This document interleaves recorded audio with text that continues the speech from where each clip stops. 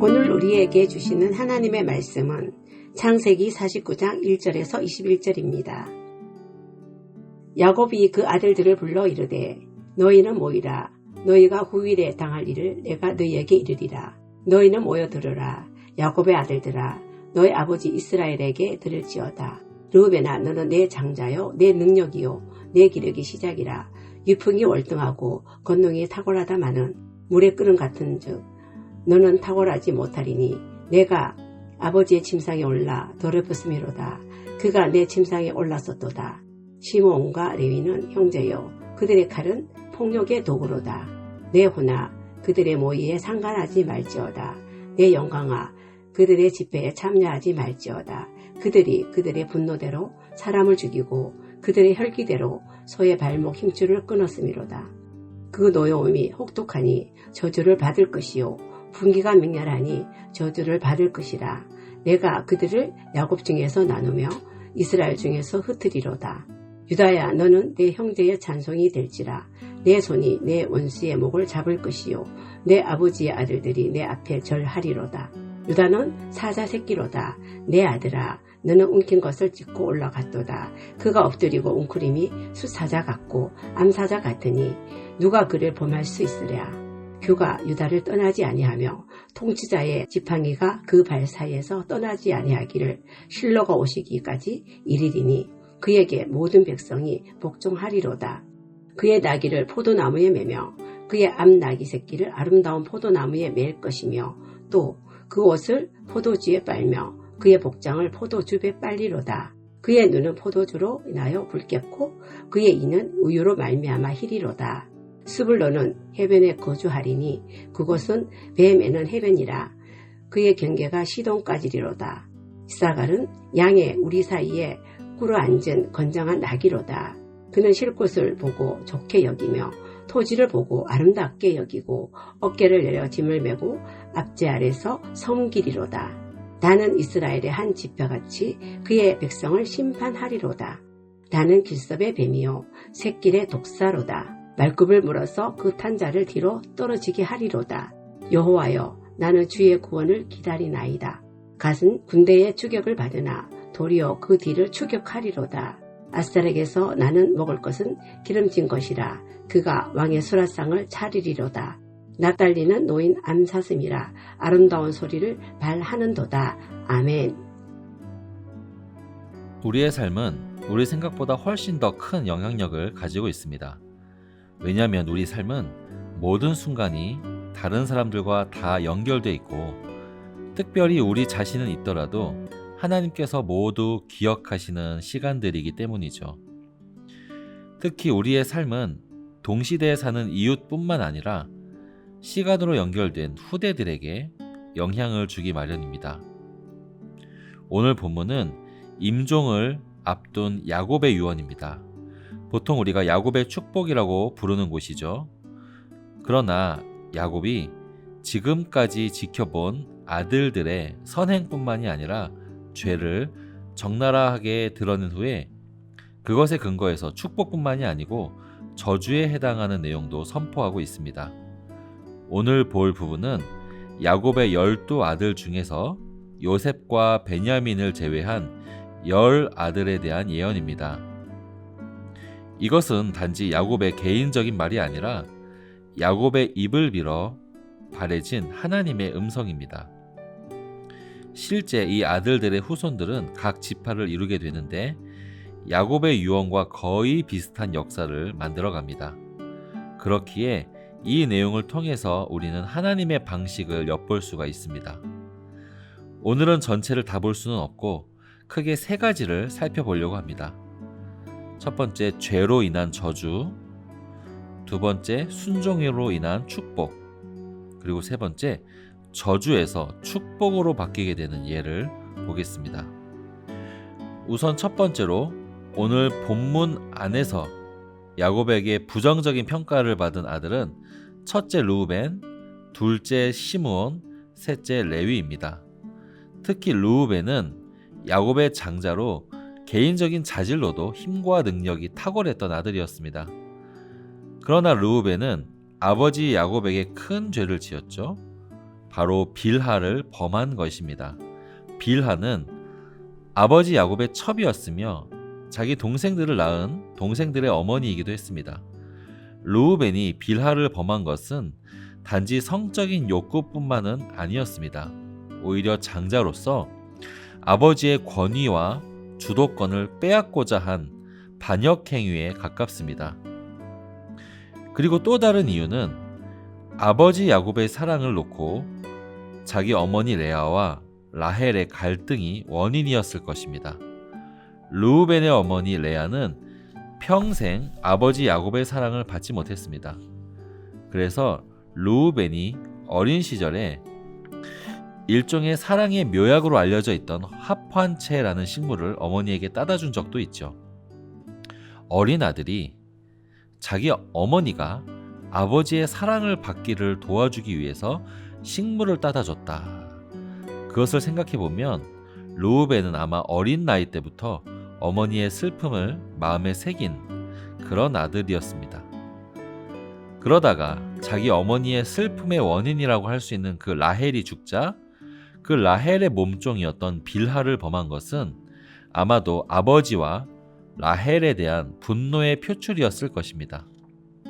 그 마음이 이해가 안 가는 것은 아니지만 그것은 하나님 앞에서 가증한 죄였고 이로 인해서 탁월한 장자 지파가 될 수 있었던 르우벤은 그 탁월함을 상실한 채 그저 그런 지파가 되었습니다.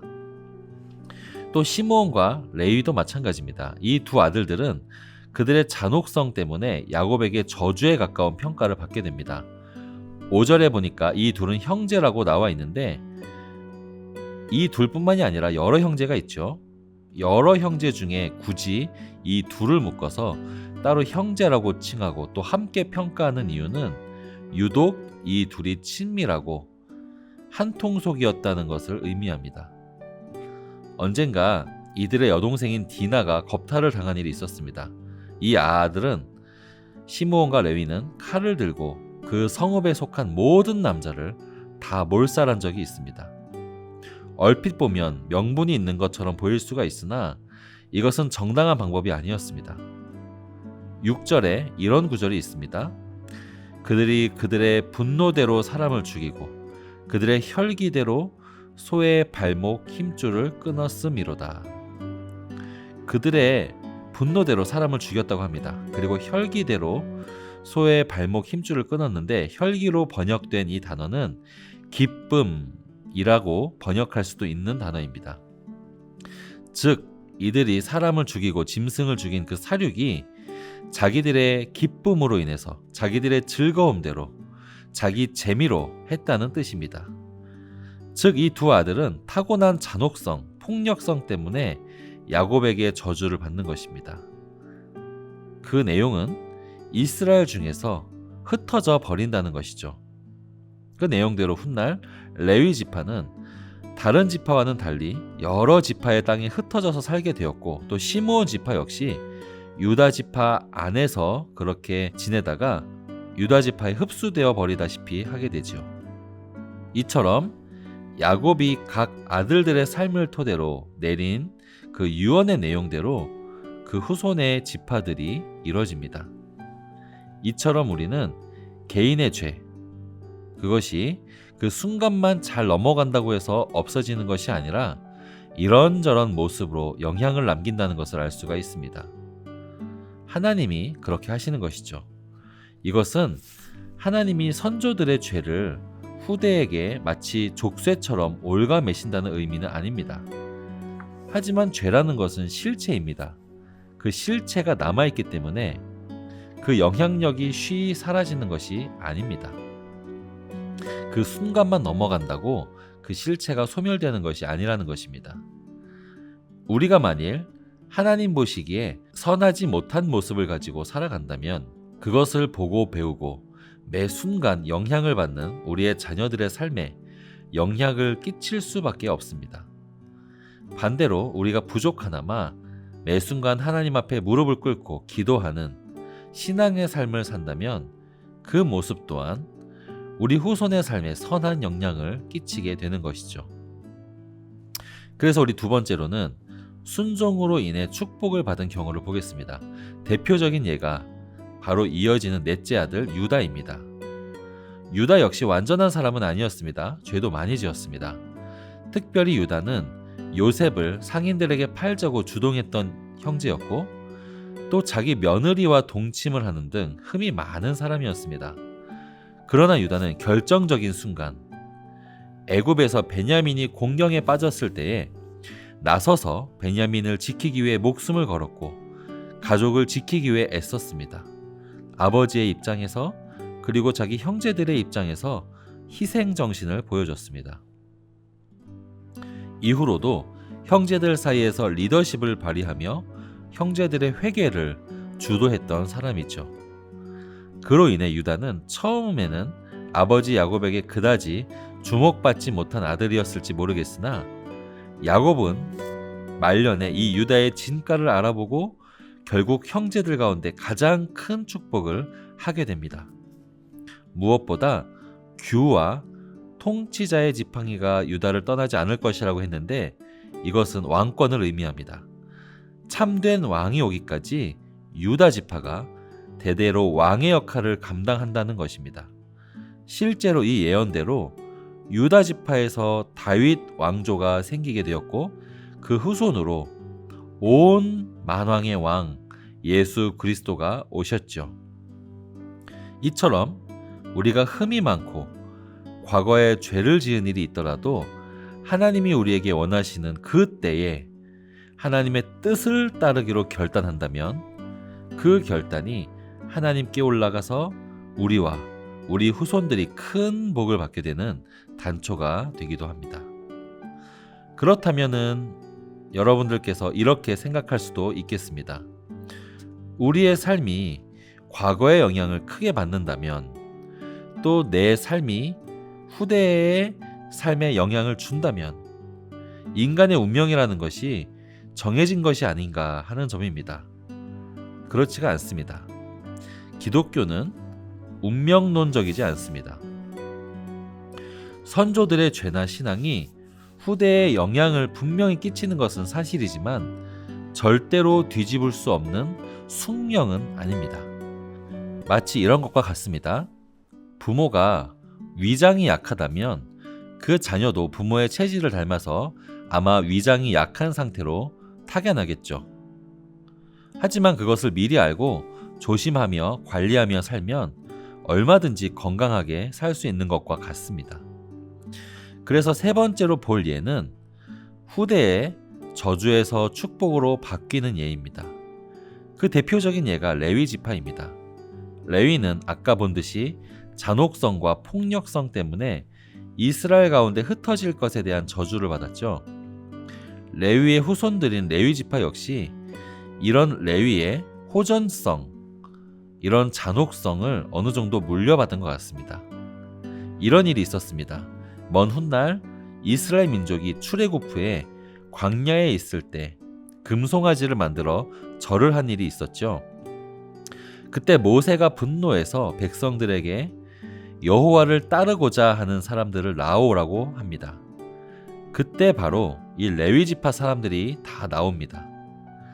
그리고 모세의 명을 받아서 그들의 칼로 하나님께 배역한 이스라엘 동족들 3,000명가량을 죽이게 됩니다.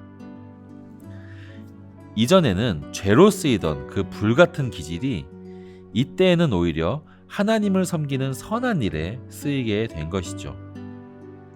이 헌신으로 인해서 레위 지파는 야곱의 유언처럼 물론 뿔뿔이 흩어지는 것은 변함이 없으나 과거 저주에 묶인 모습으로가 아니라 영광스러운 제사장 역할로서 흩어지게 됩니다.